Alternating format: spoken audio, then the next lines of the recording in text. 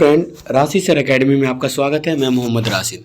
हमारा बिहार बोर्ड का new NCERT जो बिहार बोर्ड है उसका जो सीरीज चल रहा है उसमें हमने 7th क्लास का कर लिया, 6th क्लास कर लिया और 8th क्लास का सामाजिक विज्ञान संसाधन एवं विकास, इसका पहला चैप्टर हो रहा है संसाधन।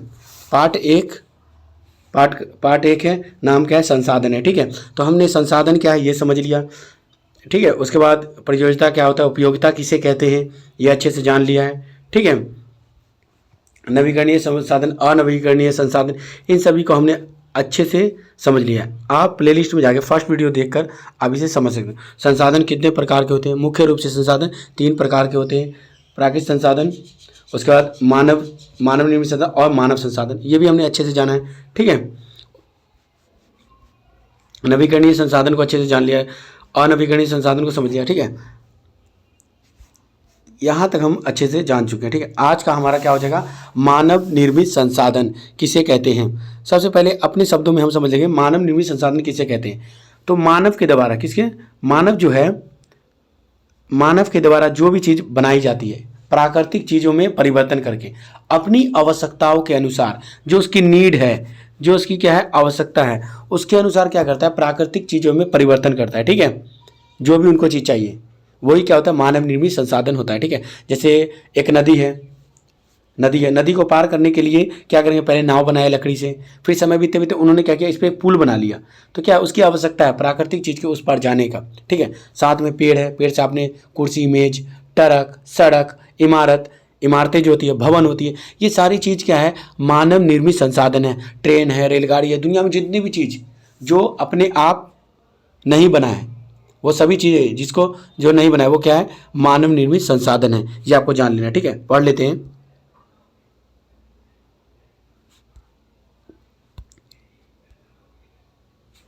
ठीक है, वे पदार्थ या वस्तुएं जिन्हें मानव अपनी ज्ञान, कौशल और तकनीकी यानी टेक्नोलॉजी का उपयोग करके प्राकृतिक संसाधनों का रूप बदलकर तैयार करता है। जो प्राकृतिक संसाधन है उसका रूप बदलता है, किसके अनुसार, अपनी नीड के अकॉर्डिंग। ठीक है, उसी को हम क्या बोलते हैं, मानव निर्मित संसाधन कहते हैं। ठीक है, ये आपको अच्छे से ध्यान रखना है।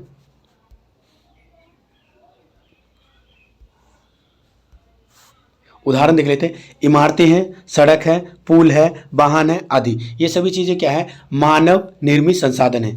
कभी कभी प्राकृतिक पदार्थ तब संसाधन बन जाते हैं जब उनका मूल रूप बदल दिया जाता है। यानी कोई प्राकृतिक संसाधन, जैसे गन्ना ही ले लो, गन्ना है तो प्राकृतिक रूप से हमने गन्ने को उगाया, जो ईख है, फिर उसको क्या हमने अपनी आवश्यकता अनुसार गुड़ बना लिया, फिर उसका क्या हुआ, उसका चीनी बना लिया। या पेड़ है, पेड़ आप लिए, पेड़ से आपने क्या बना लिया, उसका पेड़ को इससे जो लकड़ी मिला, लकड़ी से आपने फर्नीचर बनाया, कुर्सी बनाया, बेड बनाया, जो भी चीज़ अपनी आवश्यकता के अनुसार प्राकृतिक चीज़ों का रूप बदलते हैं। ठीक है, मिट्टी है, मिट्टी जो है, मिट्टी को हमने पकाया भट्टे में, फिर उसका ईंट बनाया। तो हमारी आवश्यकता जैसी होती है, जो हम प्राकृतिक चीज़ को उसका रूप बदल के हम बनाते हैं। ठीक है, उसी को क्या बोलते हैं, मानव निर्मित संसाधन कहते हैं।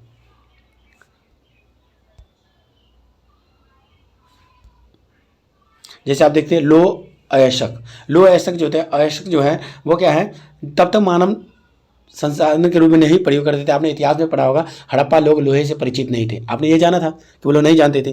तो क्योंकि उस समय तक मानव ने अयस्क का लोहा के रूप में परिवर्तन नहीं किया। ठीक है, उस समय तक संसाधन नहीं था जब तक लोगों ने उसे लोहा बनाना नहीं सीखा था। यानी उस समय तक क्या है, अयस्क लोहा नहीं था, जो लोहा अयस्क था लोहा नहीं था, क्योंकि मानव उसको प्रयोग नहीं कर रहा था। ठीक है, हड़प्पा सभ्यता के लोग लोहे से परिचित नहीं थे। ठीक है, तो नहीं था। जब लोगों ने लोहा से लोग परिचित हो गए तो बता दिए ये क्या है, मानव निर्मित संसाधन है। ठीक है, आपको यह ध्यान रखना अच्छे से। आप क्या हो गया, मानव संसाधन। मानव संसाधन हम किसे कहते हैं, मानव। तो मानव क्या है, खुद ही एक बहुत ही मूल्यवान संसाधन है। आपको याद रखना है, मानव क्या है, एक मूल्यवान संसाधन है, सबसे मूल्यवान संसाधन। क्योंकि मानव क्या है, उत्पादक भी है और उपभोक्ता भी है। मानव उत्पादक और उपभोक्ता दोनों हैं, इसलिए मानव सबसे मूल्यवान संसाधन है। ठीक है, वो अपने ज्ञान, कौशल, तकनीकी इसका उपयोग करके प्राकृतिक वस्तुओं को अपने अनुसार परिवर्तन कर रहा है। ठीक है, तो ये उपभोक्ता भी है, ठीक है। और ये साथ में साथ मानव क्या देता है, सेवा भी देता है। जैसे कोई टीचर है वो सेवा दे रहा है, बैंकर जो होता है वो आपको सेवा देता है, ठीक है। डाकिया सेवा दे रहा है, मोची जो जूता सीता है वो आपको सेवा दे रहा है।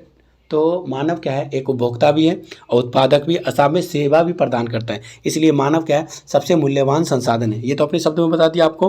अब आपको देखना है किसी किसी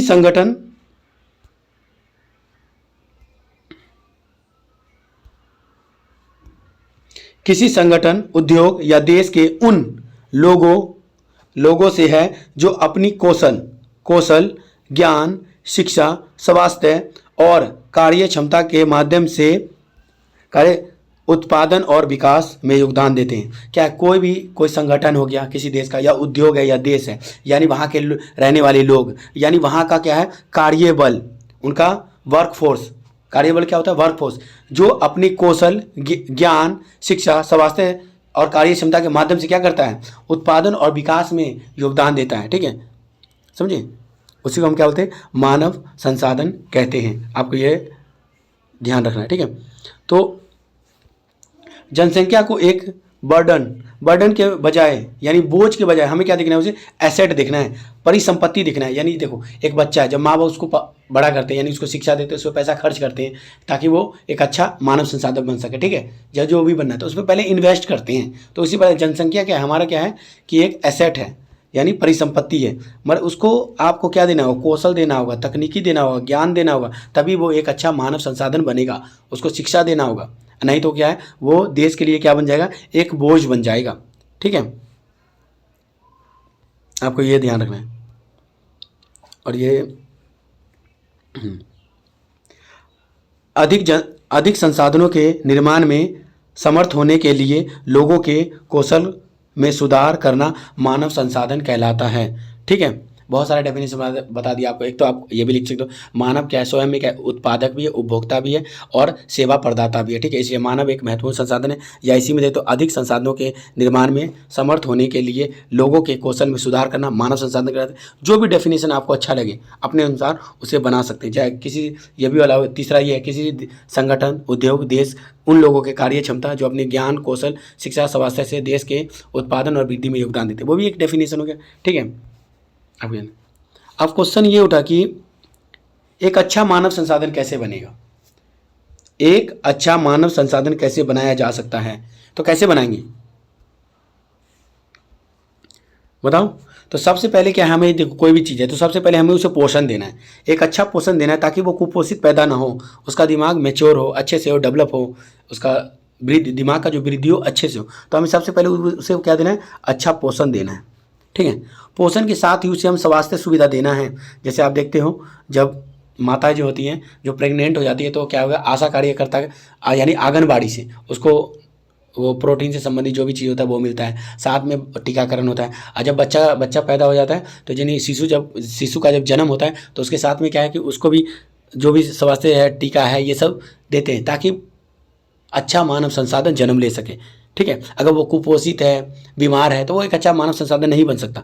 इसलिए सबसे पहले हमें एक अच्छा मानव संसाधन, उनसे क्या है, अच्छा भोजन उसे उपलब्ध कराना है, फिर उसे क्या करना है, स्वास्थ्य सुविधा उपलब्ध करना है, उसको भी शिक्षा देना है, ठीक है, ताकि उसका वृद्धि हो सके, विकास हो सके, और एक अच्छा मानव संसाधन और तकनीकी का ज्ञान भी देना है। अगर ये सभी चीज़ें एक व्यक्ति को दिया जाए शुरू से तो वो एक अच्छा मानव संसाधन बनेगा। अब वो जो मानव जो बने, वो संसाधन बनेगा, वो उस देश के लिए क्या होगा, बोझ नहीं होगा, बर्ड नहीं होगा, ठीक है। वो क्या होगा, एक एसेट होगा, यानी परिसंपत्ति होगा। आपको ये ध्यान रखना है, क्या होगा, परिसंपत्ति, ठीक है। ये अच्छे से ध्यान रखना है। ये किताब में से है कि मानव संसाधन से तात्पर्य लोगों की संख्या और योग्यता, यानी मानसिक तथा शारीरिक से है। क्या है, मानसिक तथा, यह भी एक डेफिनेशन, चौथा डेफिनेशन है। क्या है, मानव संसाधन से तात्पर्य लोगों की संख्या और योग्यता मानसिक तथा शारीरिक से है। यद्यपि मानव को संसाधन मानने के संदर्भ में लोगों में मतभेद है, इतना होते हुए भी इस तथ्य से इनकार नहीं किया जा सकता कि मूलतः मनुष्य की कुशलताएं ही भौतिक पदार्थों को मूल्यवान संसाधन बनाने में सहायता करती है। ये आपको कर लेना है। अब है संसाधन संरक्षण। अब संसाधन संरक्षण किसे कहते हैं, संसाधन संरक्षण हम किसे कहेंगे, ये आपको ध्यान रखना है। संसाधन संरक्षण किसे कहेंगे हम, संसाधन संरक्षण। तो संसाधन संरक्षण क्या है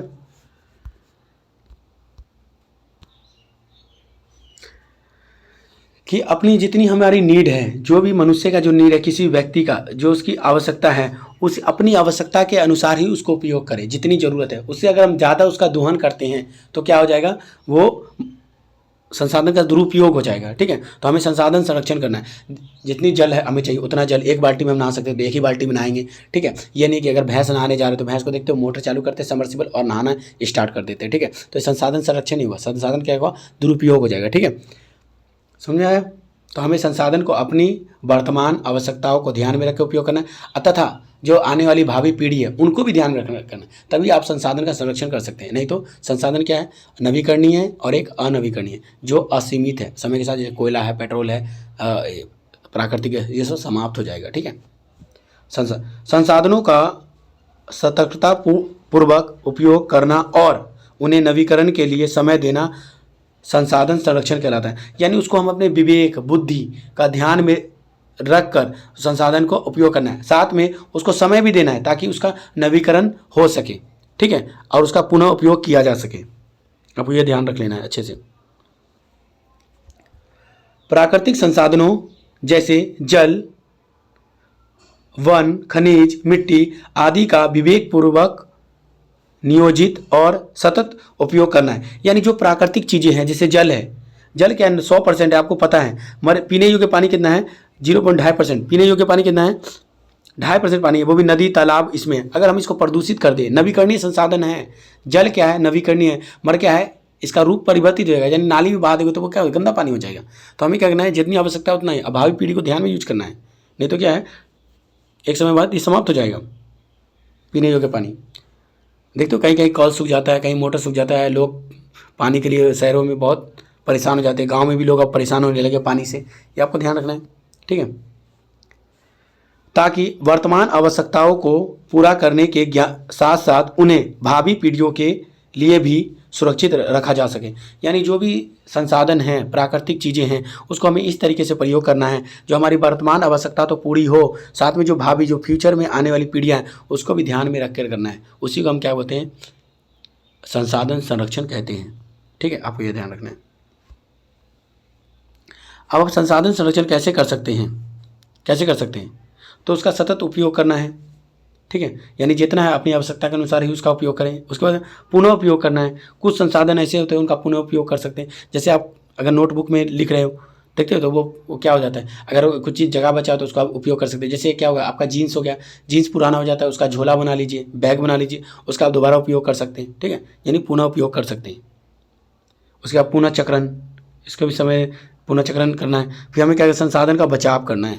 यानी इसमें क्या है, बचाव में क्या है, अगर देखो आपके पास गाड़ी है तो क्या है, आपको क्या करना है, सभी लोग अपना अपना, सभी के पास मान लो 100 लोग हैं, उनके पास सभी के पास अपनी अपनी गाड़ी है, तो सब जाएंगे तो क्या होगा, पेट्रोल जाता है। यानी पेट्रोल क्या है, असीमित संसाधन है, खत्म हो जाएगा। डीजल खत्म हो जाएगा, प्राकृतिक गैस CNG खत्म हो जाएगा। तो हमें क्या करना है, हमें अपना अपना गाड़ी का यूज ना करके हमें सार्वजनिक यानी पब्लिक ट्रांसपोर्ट का उपयोग करना है। ठीक है, जैसे बस हो गया, ट्रेन हो गया, इन सब का उपयोग करना है। ठीक है, उससे क्या होगा, प्रदूषण भी कम होगा। अगर सार्वजनिक मान लो 100 गाड़ी चल रहा है, उसके एक गाड़ी चलेगा, 2 गाड़ी चलेगा, तो प्रदूषण भी कम होगा। अब इतना विकल्प खोजना है। जैसे अब मान लो जो असीमित संसाधन कोयला है, पेट्रोलियम है, इसका हमें विकल्प खोजना है। कैसे खोजेंगे, पवन ऊर्जा हो गया, ठीक है, साथ में सौर ऊर्जा हो गया, ये सब हमारी विकल्प है। ठीक है, तो हमें इसका ही खोज करना है।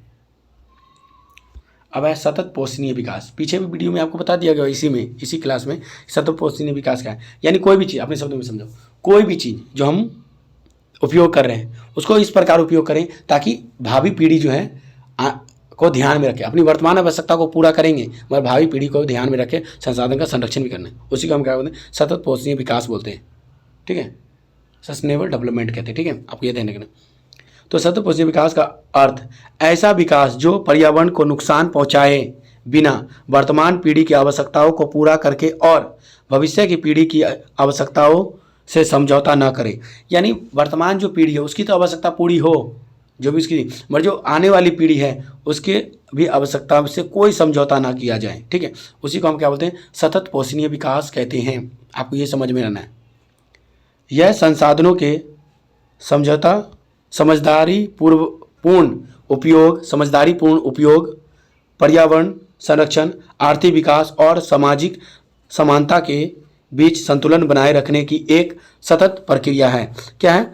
सतत प्रक्रिया। तो आप अपने शब्दों में बोलेंगे सतत परिवर्तनीय विकास क्या है? सतत परिवर्तनीय विकास जो पर्यावरण को नुकसान किए बिना हमें अपनी आवश्यकता पूरी करनी है, साथ में ही जो आने वाली पीढ़ी है उनका भी ध्यान रखना है। ठीक है, उसी को हम क्या बोलते हैं? सतत परिवर्तनीय विकास कहते हैं। ठीक है, आपको ये अच्छे से ध्यान रखना है। देखो ये देखा किताब के जो बुक है उसके साइड में एक नोट्स है, तो आप ये देख सकते हैं। सतत परिवर्तनीय विकास के कुछ सिद्धांत दिए हैं। जीवन के सभी रूपों का आदर और देखभाल, जीवन का जितने भी रूप है उसका सभी का हमें आदर और देखभाल करना है। मानव जीवन की गुणवत्ता को बढ़ाना है, यानी उनके रहन सहन जो स्तर है उसको भी बढ़ाना है। ठीक है,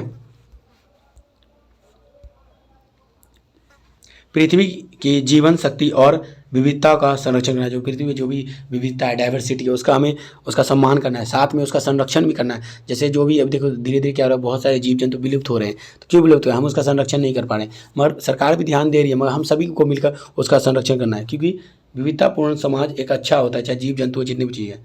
प्राकृतिक संसाधनों के हांस को कम से कम करना है, यानी प्राकृतिक संसाधन जो है उसकी हानि को कम से कम करना है, यानी जितना है उतना ही, ज़्यादा नहीं। अगर हमें एक पेड़ की ज़रूरत है तो हमें एक तो पेड़ काटेंगे, मगर 2 से 3 पेड़ लगाएंगे भी, यानी कि पूरा जंगल ही साफ कर दें। ठीक है, आपको ये अच्छे से ध्यान रख लेना है।